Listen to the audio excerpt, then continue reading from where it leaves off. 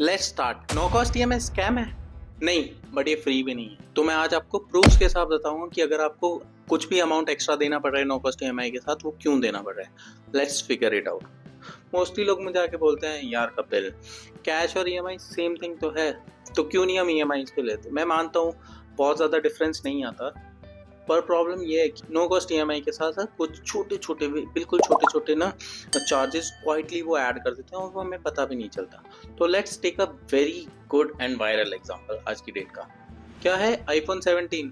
आजकल सभी लोग, मतलब ऑलमोस्ट 60% लोग आईफोन्स लेते हैं नो कॉस्ट ईएमआई पे। चलो देखते हैं कितना बड़ा झटका लगता है। ठीक है, अगर हम देखें तो आज की डेट में आईफोन 17 अराउंड 80,000 कॉस्ट कर रहा है। तो अगर हम देखें तो कैश में वो हमें करेगा 80,000 का कॉस्ट, नो कॉस्ट ईएमआई पे 667 इंटू 12। ओ यार, अभी तक तो सब इक्वल लग रहा है। कभी प्रॉब्लम कहाँ है?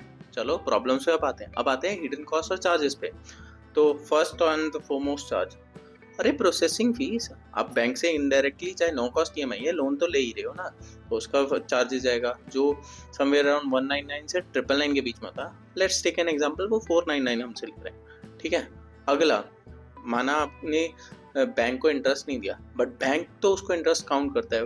फॉर एग्जांपल उसने आपसे जो भी लोन दिया आपको 80,000 का, उस पर उसने 5,000 का इंटरेस्ट कैलकुलेट किया। अब आपको उस पर जीएसटी जो है that is 18% of that particular amount, जो 900 बनता है, वो तो आप ही को पे करना पड़ेगा। वो नो कॉस्ट की हर ईएमआई के साथ जाएगा। बताओ, ये तो आपको पता ही नहीं था। अरे मुझे भी नहीं पता, जब मेरी पहली नो कॉस्ट ईएमआई ली थी उसके फर्स्ट मंथ में मुझे ये चीज़ पता चली। अब let's take the third thing.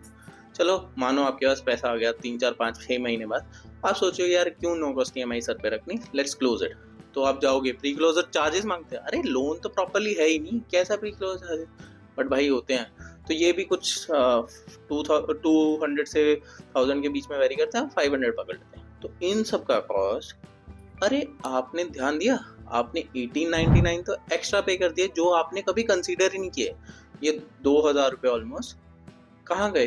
But अभी देखो, कुछ लोग आएंगे कहेंगे कमेंट्स में, अरे यार कपिल यार, क्या 1899 के चक्कर में तो इतने कहानी बना रहा है, 12 महीने के लिए वो इतना मांग रहे हैं ना, वो भी इतना नहीं, प्री क्लोजर नहीं दूंगा तो कम बन जाएगा।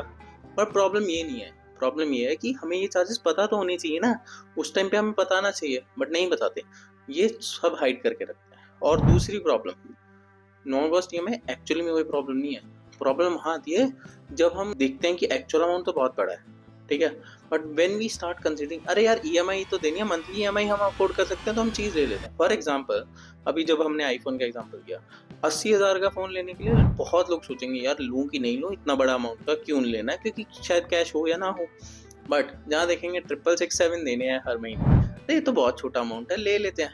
इससे क्या होता है कि जो चीज़ें हमारे लिए अफोर्डेबल नहीं भी होती ना, या जो सिर्फ वांट्स में होती है, हमें लगता है यार क्या करूं, लूं कि नहीं लूं, बट जैसे देख, अरे सिर्फ 667 मतलब बहुत कम अमाउंट में आ रहा है, हमें लगता है यार ईएमआई तो हम अफोर्ड कर पा रहे हैं तो ले लेनी चाहिए। तो इसी माइंडसेट से हम वो चीज़ ले लेते हैं जो हम शायद कैश में कभी लेने से बहुत हेजिटेट करें या कभी लेने का सोचे भी नहीं। तो नो कॉस्ट ईएमआई ऐसे बुरा होता है। तो अब ये सोचो कि नो कॉस्ट ईएमआई गलत कब है? जब आप उसको फुल कैश में नहीं ले सकते, ठीक है, आपकी बहुत सारी ईएमआई ऑलरेडी चल रही हो, ठीक है, और वो प्रोडक्ट आपका सिर्फ वांट्स में आ रहा हो, तो क्यों लेना? बट ऐसा नहीं है कि हर बारी वो नो कॉस्ट ईएमआई गलत ही है, कभी कभी ठीक भी आती है। फॉर एग्जांपल, जब आप वो चीज़ को फुल कैश में ले सकते हो, कभी कभी कुछ ऑफर्स लग जाते हैं तो आपको नो कॉस्ट ईएमआई बढ़िया किफायती पड़ती है। दूसरी चीज़, आपको सिर्फ कैश फ्लो मेंटेन करना है, ठीक है।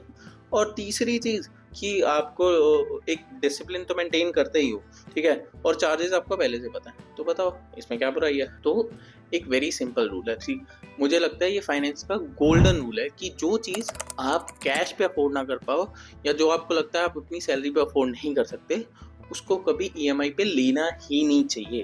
That is the golden rule. तो नो कॉस्ट ईएमआई फ्री नहीं होता, बट अगर पूरी इन्फॉर्मेशन के बिना कॉस्टली भी पड़ सकता है। तो नेक्स्ट टाइम ईएमआई लेने से पहले उसके पीछे के हिडन चार्जेस जरूर चेक कर लेना। तो कमेंट करके बताओ जो ये 1899 रुपीज है वो आप देने में ओके हो या नहीं। और more such real life finance content के लिए फॉलो कर लो कपिल टॉक्स को and subscribe to this channel. Bye bye.